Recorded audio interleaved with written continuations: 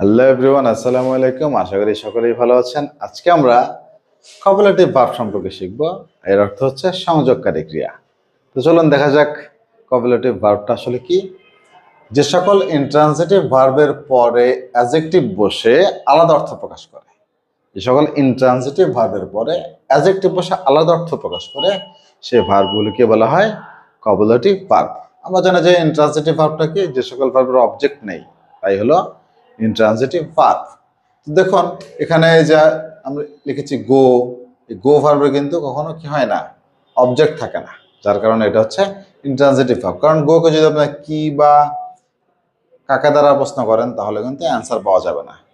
Like go to school, আমি বিদ্যালয়ে যাই, আপনি যদি বলেন কি যাই, কাকে যাই, তাহলে কিন্তু অ্যান্সার পাওয়া যাবে না, যার কারণে এটা হচ্ছে ইন্ট্রান্সিটিভ ভার্ব। তো এরপর আসুন আমরা একটু এক্সাম্পলে যাই যে আসলে এই গো ভার্ব ইন্ট্রান্সিটিভ ভার্বের উপরে অ্যাডজেক্টিভ কিভাবে বসে। তো দেখুন এখানে এক্সাম্পল হচ্ছে আতিক ওয়েন্ট ম্যাড। আতিক হয়ে গেল পাগল, এই যে ম্যাড একটা অবস্থা বোঝাচ্ছে।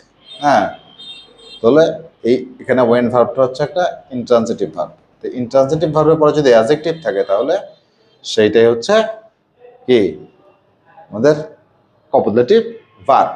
আর এখানে আরেকটা বিষয় রয়েছে যে এটা দ্বারা কি বোঝাবে, স্বাভাবিক অর্থ বাদ দিয়ে কিছু হওয়া অর্থ প্রকাশ করবে। স্বাভাবিক অর্থ বাদ দিয়ে, যেমন গো মানে হচ্ছে যাওয়া, কিন্তু গো ম্যাড অর্থ হলো পাগল হওয়া। আবার এখানে রয়েছে কাম মানে আসা, কিন্তু কাম ট্রু এর অর্থ হচ্ছে সত্যি হওয়া। তো কি স্বাভাবিক অর্থ থেকে আমাদের কি মানে অন্যরকম অর্থ হয়ে গেল, অর্থাৎ আলাদা অর্থ প্রকাশ পেলো, যার কারণে এগুলোকে বলা হয় কপোজিটিভ ভার্ব। যদি ইন্ট্রান্সিটিভ ভার্বের পরে কি থাকে, অ্যাডজেক্টিভ থাকে, তখন সেটা হবে কপোজিটিভ ভার্ব। আর এগুলোকে লিঙ্কিং ভার্বও বলা হয়। তো চলুন দেখি আমরা একটু কোয়েশ্চেন সলভ করি, যেটি ঢাকা ইউনিভার্সিটি এবং কুয়েট এসেছিল। যে what kind of the word is went in the sentence the dog went mad.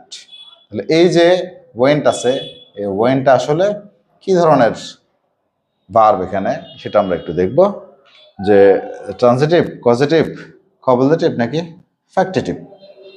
তাহলে যে ওয়েন্ট শব্দটা রয়েছে এটা আসলে অপশনে কোনটা হবে। তো আমরা এখানে দেখতে পাচ্ছি যে ওয়েন্ট একটা ইন্ট্রান্সিটিভ ভার্ব। তাহলে এরপরে যেহেতু কি রয়েছে, অ্যাডজেক্টিভ রয়েছে, যার কারণে এই ভার্বটাকে আমরা কি বলতে পারি, যে ইন্ট্রান্সিটিভ ভার্বের পরে অ্যাডজেক্টিভ থাকবে তাই হচ্ছে কপোজিটিভ ভার্ব। তো আমাদের এখানে অ্যান্সার হবে অবশ্যই আপনারা বুঝতে পারছেন কপোজিটিভ। এরপর আসুন আমরা আর একটা কোয়েশ্চেন সলভ করি, সেটা হচ্ছে যে he went mad this verb is. এই আন্ডারলাইন করা ভার্বটা আসলে কি, ট্রান্সিটিভ, ইনট্রান্সিটিভ, লিঙ্কিং নাকি স্টেটিভ। এখানে আবার একটা বিষয় কাজ করতেছে, সেটা হচ্ছে এখানে কিন্তু কপোজিটিভ লেখা নেই।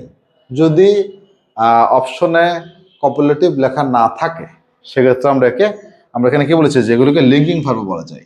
যদি অপশনে দেখি যে কপোজিটিভ ভার্ব নেই সেক্ষেত্রে আমরা লিঙ্কিং ভার্বও বলতে পারি। তখন আমরা এই অ্যান্সার হবে অপশন সি, লিঙ্কিং। তো আশা করি আজকের আলোচনাটি বুঝতে পেরেছেন। আবার দেখা হবে পরবর্তী ভিডিওতে। আসসালামু আলাইকুম, টাটা।